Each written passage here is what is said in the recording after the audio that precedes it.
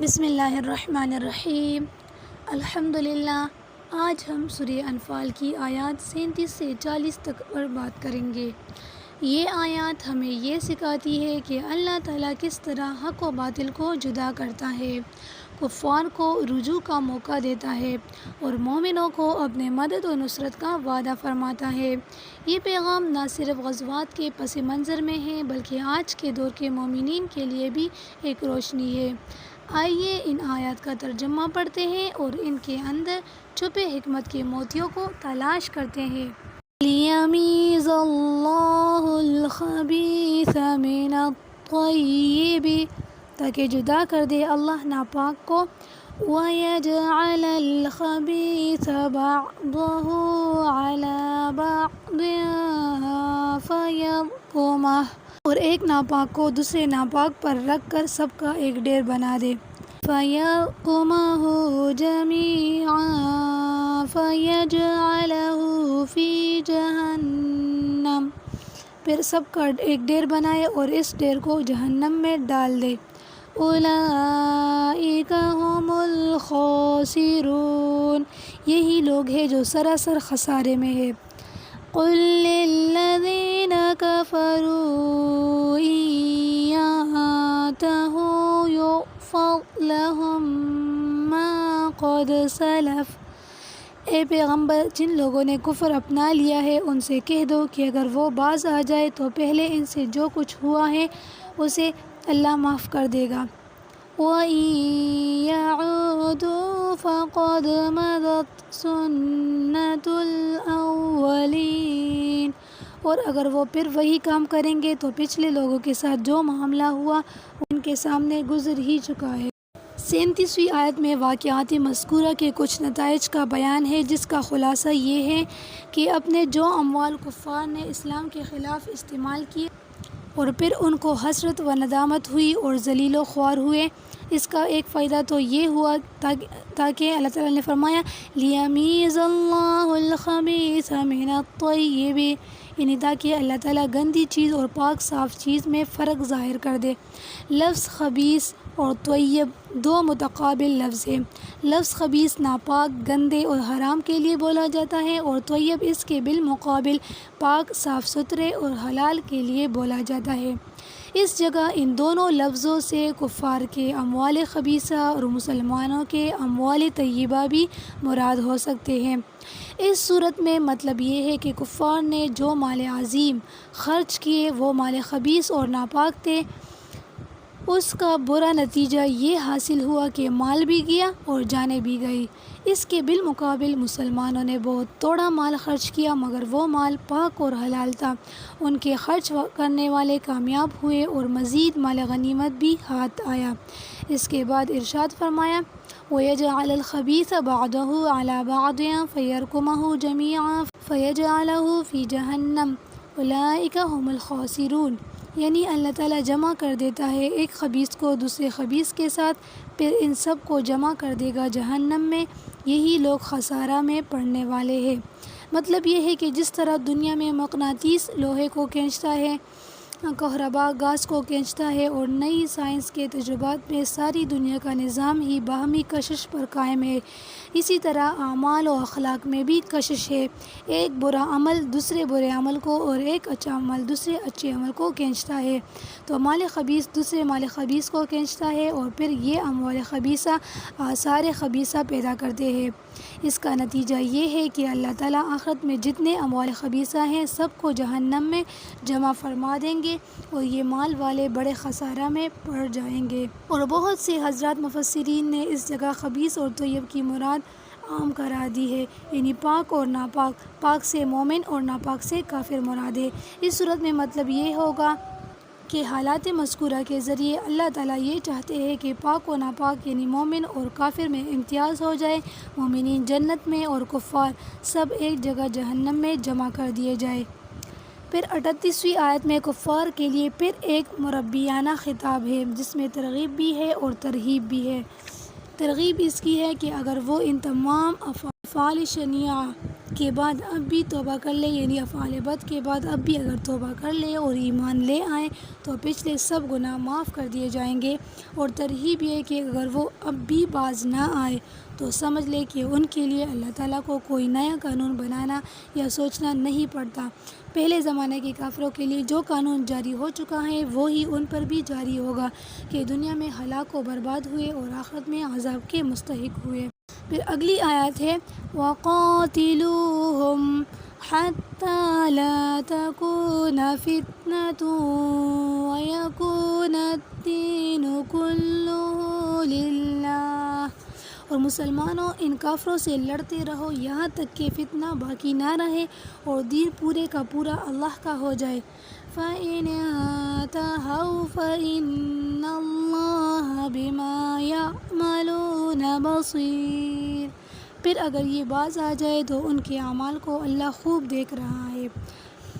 وَإِن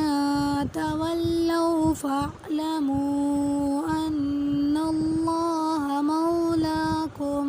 اور اگر یہ منہ موڑے تو یقین جانو کہ اللہ تعالیٰ تمہارا رکھوالا ہے، تمہارا حمایتی ہے۔ نعم المولا ونعم النصیر، کیا ہی خوب حمایتی ہے اور کیا ہی خوب مددگار ہے۔ اب یہ سورہ انفال کی 39ویں آیت ہے۔ اس میں دو لفظ قابل غور ہے، ایک لفظ فتنہ اور دوسرا ہے دین۔ یہ دونوں لفظ عربی لغت کے اعتبار سے کئی معنی کے لیے استعمال ہوتے ہیں۔ ائمہ تفسیر صحابہ و تابعین سے اس جگہ دو معنی منقول ہیں، ایک یہ کہ فتنے سے مراد کفر اور شرک اور دین سے مراد دین اسلام لیا جائے۔ حضرت عبداللہ بن عباس رضی اللہ عنہما سے یہی تفسیر منقول ہے۔ اس تفسیر پر معنی آیت کے یہ ہوں گے کہ مسلمانوں کو کفار سے قتال اس وقت تک جاری رکھنا چاہیے جب تک کہ کفر مٹ کر اس کی جگہ اسلام آ جائے، اسلام کے سوا کوئی دین و مذہب باقی نہ رہے۔ اس صورت میں یہ حکم صرف اہل مکہ اور اہل عرب کے لیے مخصوص ہوگا، کیونکہ جزیرۃ العرب اسلام کا گھر ہے، اس میں اسلام کے سوا کوئی دوسرا دین رہے تو دین اسلام کے لیے خطرہ ہے۔ باقی ساری دنیا میں دوسرے ادیان و مذاہب کو قائم رکھا جا سکتا ہے، جیسا کہ قرآن کریم کی دوسری آیات اور روایات حدیث اس پر شاہد ہے۔ اور پھر دوسری تفسیر جو حضرت عبداللہ بن عمر رضی اللہ عنہ سے منقول ہے وہ یہ ہے کہ فتنے سے مراد اس جگہ وہ ایذا اور عذاب و مصیبت ہے جس کا سلسلہ کفار مکہ کی طرف سے مسلمانوں پر ہمیشہ جاری رہا تھا۔ جب تک وہ مکے میں تھے تو ہر وقت ان کے نرغے میں پنسے ہوئے طرح طرح کی ایذائیں سہتے رہے۔ پھر جب مدینہ طیبہ کی طرف ہجرت کی تو ایک ایک مسلمان کا تعاقب کر کے قتل و غارت گری کرتے رہے۔ مدینہ میں پہنچنے کے بعد بھی پورے مدینے پر حملوں کی صورت میں ان کا غیظ و غضب ظاہر ہوتا رہا،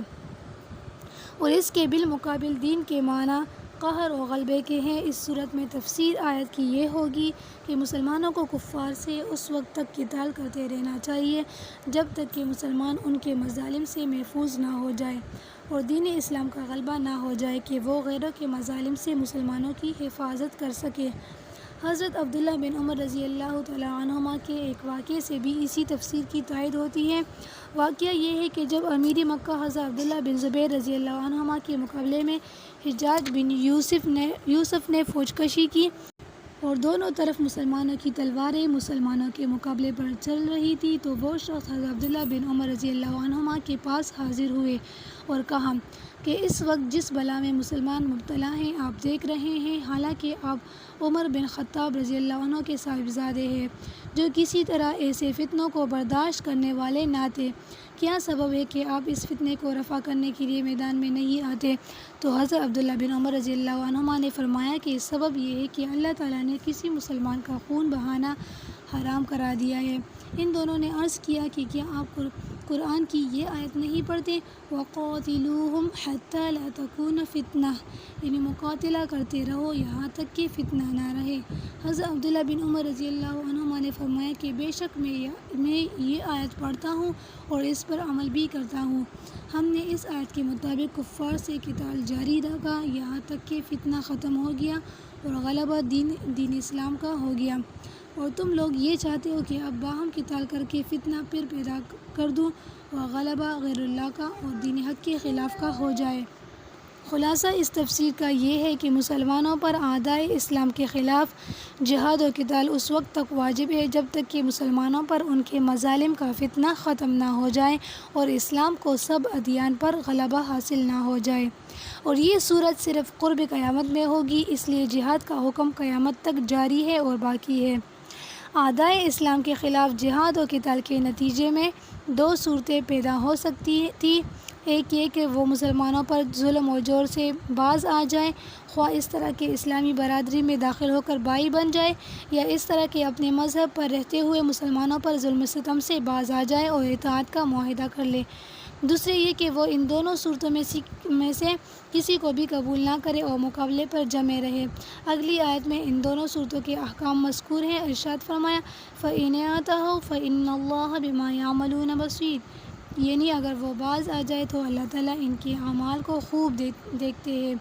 اس کے مطابق اس کے ساتھ معاملہ فرما دیں گے۔